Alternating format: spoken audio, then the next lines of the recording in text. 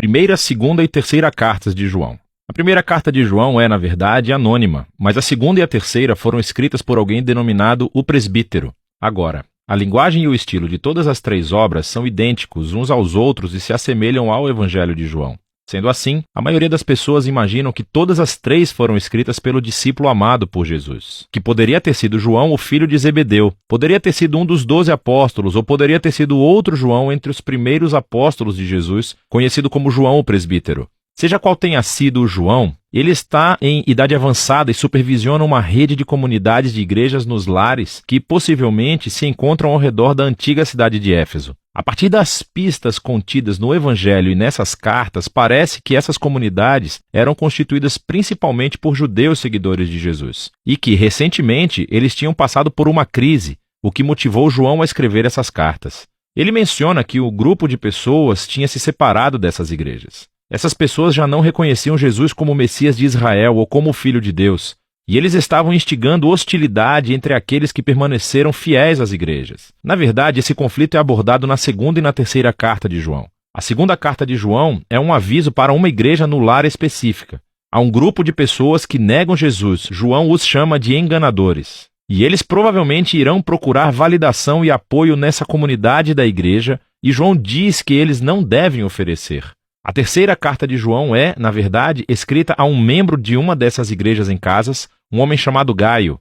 E o presbítero pede a Gaio que acolha os missionários legítimos que chegarão em breve. Ele precisa dizer-lhes isso porque o líder daquela comunidade, Diótrefes, estava agindo como um idiota e rejeitando qualquer pessoa que estivesse se associando a João, o presbítero. E então, essas cartas nos dão uma perspectiva da tensão e do conflito que João enfrentou nessas igrejas. E a primeira carta de João foi escrita como uma resposta a tudo isso, como uma forma de controle de danos.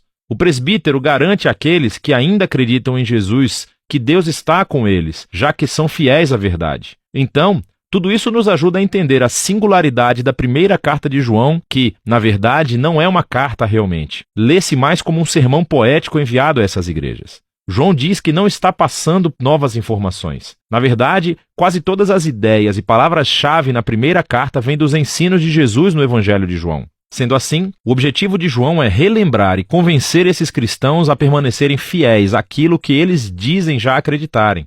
A qualidade poética do sermão de João é muito legal.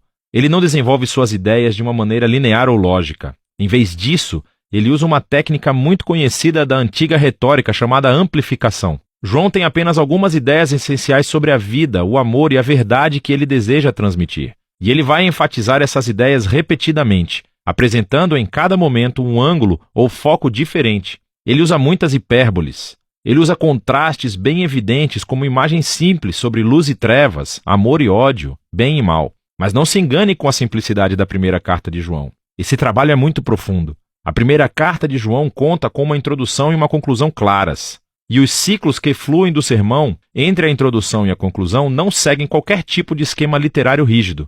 Parece haver duas grandes seções, cada uma marcada pela frase introdutória. Esta é a mensagem. E então, cada uma é seguida por uma repetição de imagens sobre como Deus, em primeiro lugar, é luz, e em seguida sobre como Deus é amor. E todas as ideias nessas duas partes fluem e voltam para essas duas ideias centrais. Sendo assim, a introdução é muito semelhante ao prólogo do Evangelho de João. Há reflexos do capítulo 1 de Gênesis e do capítulo 8 de Provérbios. João fala sobre a palavra da vida que estava com Deus no início. Para João, a palavra Deus se refere ao Pai e ao Filho que vieram trazer vida ao mundo. E aqueles que viram, ouviram e tocaram o Filho são chamados de nós. João se refere a ele próprio e aos apóstolos que foram testemunhas oculares de Jesus. E agora nós temos uma mensagem para vocês, a próxima geração de seguidores de Jesus. Então, quando os apóstolos compartilharam a palavra da vida com outras pessoas, essas pessoas também foram trazidas para a comunhão com o Pai e o Filho através dos apóstolos. A palavra comunhão aqui vem do grego, koinonia, e significa uma participação ou partilha. Quando as pessoas ouviram a mensagem de Jesus através dos apóstolos, aquela mensagem trouxe-os para um relacionamento real com Jesus e uma participação verdadeira na vida e no amor de Deus. E em seguida, isso flui direto para a primeira seção principal. Essa é a mensagem. Deus é luz. E esta é a mensagem dos apóstolos, que o Deus revelado em Jesus é luz. Sendo assim, se as pessoas desejarem participar na vida do próprio Deus por meio de Jesus, elas precisam continuar caminhando na luz. É uma imagem formidável, mas o que significa? Para João, significa manter os mandamentos de Jesus. E isso é difícil. Então, quando você falhar, a morte expiatória de Jesus cobrirá os seus pecados. E mais uma vez, você é chamado a se levantar e obedecer os ensinos de Jesus. Mas qual das suas lições? João lembra as igrejas dos velhos e novos mandamentos transmitidos por Jesus aos seus discípulos na última ceia, que eles amassem uns aos outros como ele os amava. Fazer isso é caminhar na luz. Se a luz de Deus agora brilha por meio de Jesus, então significa que a escuridão do mundo está passando. O que também significa que, neste momento, os filhos de Deus venceram o pecado, o mal e a morte que reina no mundo. E isso levou João a desafiar as igrejas: não ame o mundo, pois ele também está morrendo. Aqui ele se refere especificamente ao orgulho e à corrupção sexual. Provavelmente, esses são problemas ligados ao conflito que existia nas igrejas. E isso leva João a advertir as igrejas sobre essas pessoas que deixaram as comunidades e que negaram Jesus como Messias.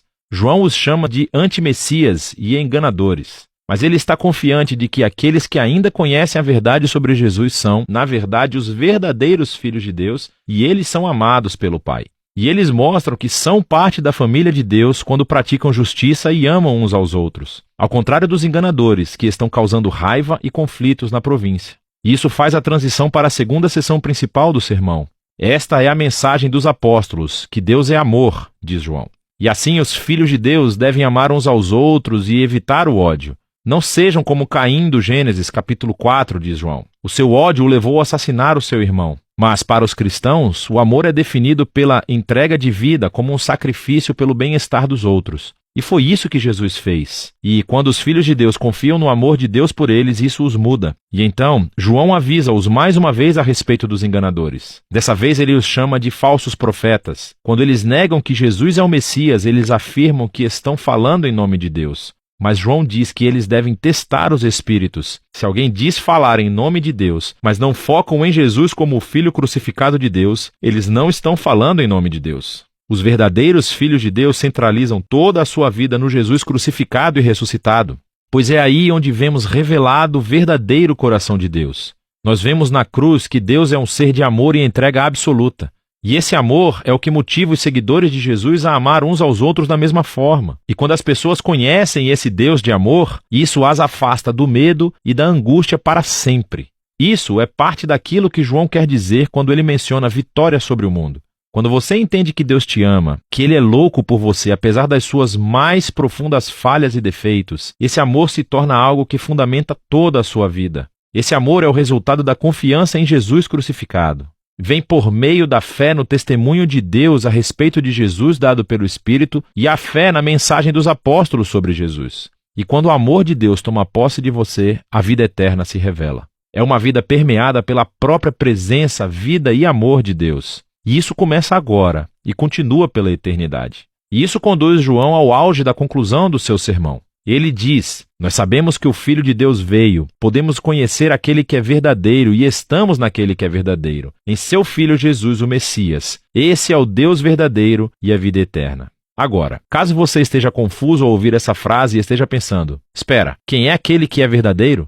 Quem é aquele que nos dá a vida verdadeira? É Jesus ou é Deus? E a resposta de João é, obviamente, sim. João não conhece nenhum Deus além de Jesus. E quando ele e os outros apóstolos encontraram Jesus, eles descobriram o Deus que nos ama tão profundamente, que optou por não existir sem seus filhos, apesar de nossas falhas. E esse Deus é tão magnífico, tão inesperado, que as palavras finais de João nos convidam a rejeitar os nossos ídolos, ou seja, resistir a qualquer tentação de recriar o magnífico Deus à nossa própria imagem. Conhecer Jesus é conhecer o Deus criador da vida e do amor centrado no próximo. Isso, diz João, é o único e verdadeiro Deus. E é disso que se tratam as cartas de João.